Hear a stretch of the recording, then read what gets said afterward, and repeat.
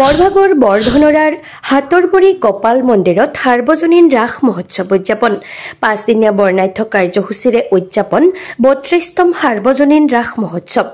নলবাৰী জিলাৰ বৰভাগৰ বৰধনৰা স্থিত হাতৰবৰী গোপাল মন্দিৰ প্ৰাংগণত যোৱাকালি বুধবাৰৰ পৰা অহা দেওবাৰলৈ 5 দিনীয়া বৰ্ণাঢ্য কাৰ্যসূচীৰে উদযাপন কৰা হৈছে 32তম সাৰ্বজনীন ৰাস মহোৎসৱ। যোৱাকালি ৰাতিপুৱাৰ পৰা বিভিন্ন কাৰ্যসূচী ৰূপায়ণ কৰাৰ পিছত আজি দ্বিতীয় দিনা দিনৰ ধৰ্মীয় আৰু সামাজিক কাৰ্যসূচী ৰূপায়ণ কৰাৰ পিছত আবেলি অগণন ভক্তপ্ৰাণ ৰাইজৰ মাজত ওজাপালি প্ৰদৰ্শন কৰা হয়।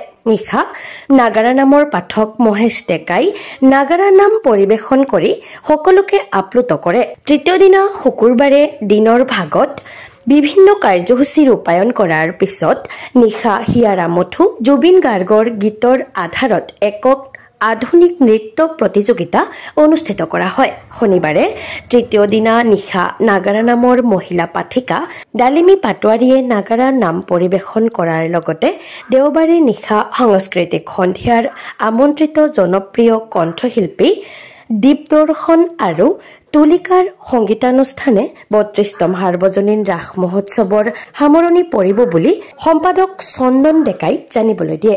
বছৰ ধৰে এইবেলিও এই পবিত্ৰ হাতৰবৰী গোপাল মন্দিৰ প্ৰাংগণত আমি 5 দিনীয়া বৰ্ণাঢ্য কাৰ্যসূচীৰে আমাৰ শ্ৰী ৰাস মহোৎসৱৰ আয়োজন কৰিছিলোঁ। 5 নৱেম্বৰ আমাৰ ৰাতিপুৱা পতাকা উত্তোলন কাৰ্যসূচীৰে আমাৰ ৰাস মহোৎসৱৰ আৰম্ভণি হৈছিল আৰু দিনজোৰা কাৰ্যসূচী পৰিসমাপ্তিৰ পিছত আমি সন্ধিয়া আমাৰ ৰাস উদযাপনৰ যিটো মুখ্যদ্বাৰ সেই মুখ্যদ্বাৰ উন্মোচন কৰাৰ কাৰণে আমি আমন্ত্ৰণ জনাইছিলোঁ অসম শিশু সাহিত্য ন্যাসৰ সন্মানীয় সচিব আৰু অসমৰ প্ৰাক্তন মুখ্যমন্ত্ৰী সৰ্বানন্দ সোণোৱাল ডাঙৰীয়াৰ প্ৰেছ উপদেষ্টা মাননীয় হৃষিকেশ গোস্বামী ডাঙৰীয়া।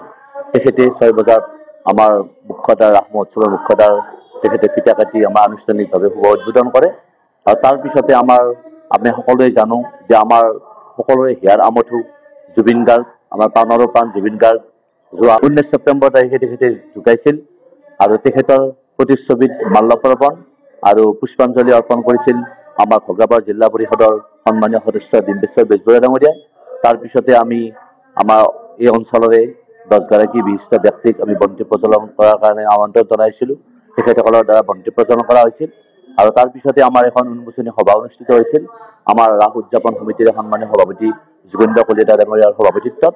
আৰু সেই সভাতে আমি আমন্ত্ৰিত অতিথি হিচাপে আমন্ত্ৰণ জনাইছিলোঁ আমাৰ নলবাৰী মেডিকেল কলেজৰ সন্মানীয় অধীক্ষক মাধৱ ৰাজবংশী ডাঙৰীয়া দেৱক। আৰু সেই কাৰ্যসূচী পৰিসমাপ্তিৰ পিছত আজি আমাৰ দ্বিতীয় দিনা কাৰ্যসূচী 6 নৱেম্বৰ। আজিও আমাৰ ইতিমধ্যে আপোনালোকে প্ৰত্যক্ষ কৰিছে ওজাপালি পৰিৱেশন হৈ আছে। এতিয়া আমাৰ নিশা 8:30 বজাত আমাৰ নাগাৰা নামৰ শিল্পী অসমৰ বিখ্যাত নাগাৰা নামৰ শিল্পী মহেশ দেৱক নাম পৰিৱেশন কৰাৰ কাৰণে আমন্ত্ৰণ জনাইছোঁ। কিছু সময় পিছতে তেখেতে নাম পৰিৱেশন কৰিব। অহাকালিও আমাৰ সেই অসমীয়া আমাৰ হিয়াৰ আমঠু জুবিন গাৰ্গৰ গীতৰ আধাৰত একক আধুনিক নৃত্য প্ৰতিযোগিতা হ'ব আৰু এই প্ৰতিযোগিতা আমি শুভ উদ্বোধন কৰাৰ কাৰণে আমন্ত্ৰণ জনাইছোঁ অসম বাণিজ্য প্ৰসাৰ সংস্থাৰ সন্মানীয় উপাধ্যক্ষ মধুৰাম ডেকা ডাঙৰীয়াক। আৰু এই 7 নৱেম্বৰ তাৰিখে আমাৰ ৰাতি নাগাৰা নামৰ পাঠিকা জনপ্ৰিয় পাঠিকা ডালিমী পাটোৱাৰী দেৱক আমি নাগাৰা নাম পৰিৱেশন কৰাৰ কাৰণে আমন্ত্ৰণ জনাইছোঁ আৰু এই নাগাৰা নাম পৰিৱেশনৰ আনুষ্ঠানিকভাৱে শুভ উদ্বোধন কৰিব আমাৰ 43 নম্বৰ সোণকানী গাঁও পঞ্চায়তৰ সন্মানীয় সভাপতি শ্যামন্ত ডাঙৰীয়া। তাৰপিছতে আমি 9 তাৰিখে নিশা 12 বজাত আমাৰ ৰাস মহোৎসৱ পৰিসমাপ্তি হ'ব আৰু সেইদিনাই আমি সাংস্কৃতিক সন্ধিয়াৰ আয়োজন কৰিছোঁ আৰু এই সাংস্কৃতিক সন্ধিয়াত আমি আমন্ত্ৰণ জনাইছোঁ অসমৰ জনপ্ৰিয় শিল্পী দীপদৰ্শন আৰু তুলিকাৰ গীতৰ শৰাই। গতিকে সকলো এই কাৰ্যসূচীতে আমি সমূহ ধৰ্মপ্ৰাণ ৰাইজক আপোনাৰ চেনেলৰ মাধ্যমেদি সমূহ ধৰ্মপ্ৰাণ ৰাইজৰ সহায় সহযোগিতা আৰু উপস্থিতি আমি উদযাপন সমিতিৰ তৰফৰ পৰা আন্তৰিকতাৰে কামনা কৰিছোঁ। ভাৰতীয় সংস্কৃতিত এই হিন্দু সংস্কৃতি যে সনাতন সংস্কৃতিত বিভিন্ন বেদ উপনিষদ পুৰাণত যিবিলাক আমাৰ ধৰ্মীয় যিবিলাক কাৰ্যসূচী আছে এই কাৰ্যসূচীবিলাকৰ আমাৰ এটা বিশ্বাস এইবিলাক যদি আমি সনাতনী হিন্দু ধৰ্মৰ যদি আমি তাক নিৰ্দিষ্ট সময়ত যদি আমি পালন কৰোঁ আমি তেতিয়াহ'লে নিশ্চয় আমাৰ যিটো মূল উদ্দেশ্য আধ্যাত্মিকতাৰ উৎকৰ্ষ সাধন কৰা এই আধ্যাত্মিকতাৰ উৎকৰ্ষ সাধন কৰিলে নিশ্চয় আমাৰ সমাজখনৰ এক সংগঠিত হোৱাৰ ক্ষেত্ৰত এক মুখ্য ভূমিকা গ্ৰহণ কৰে। বিশেষকৈ এনেকুৱা ধৰণৰ ৰাস মহোৎসৱেই হওক বা অন্যান্য উৎসৱেই হওক এই উদ্দেশ্য মহৎ উদ্দেশ্যটো হৈছে সেইটো আৰু তাৰোপৰি আমাৰ যিবিলাক ধৰ্মীয় অনুষ্ঠান ইয়াত আমন্ত্ৰণ কৰি অনা হৈছে, আমি আচলতে এনেকুৱা অনুষ্ঠান বিচাৰোঁ যিবিলাকৰ আজিকালি দেখিছোঁ যে অনুষ্ঠানবিলাকৰ মেলামুখিতা, এই মেলামুখিতাটো কিন্তু আমি কোনোপধ্যে আমি ঠিক মানি ল'ব নিবিচাৰোঁ। এইকাৰণে যে ঠিক তেনেকুৱা ধৰ্মীয় অনুষ্ঠান এটা যে বেলেগ দিশলৈ পৰ্যবেক্ষিত হৈ আছে, তেতিয়া আমাৰ সেইটো আচলতে আমি একোজন জ্যেষ্ঠ হিচাপে আমি আচলতে বৰ মনত খুব কষ্ট পাওঁ, দুখ পাওঁ।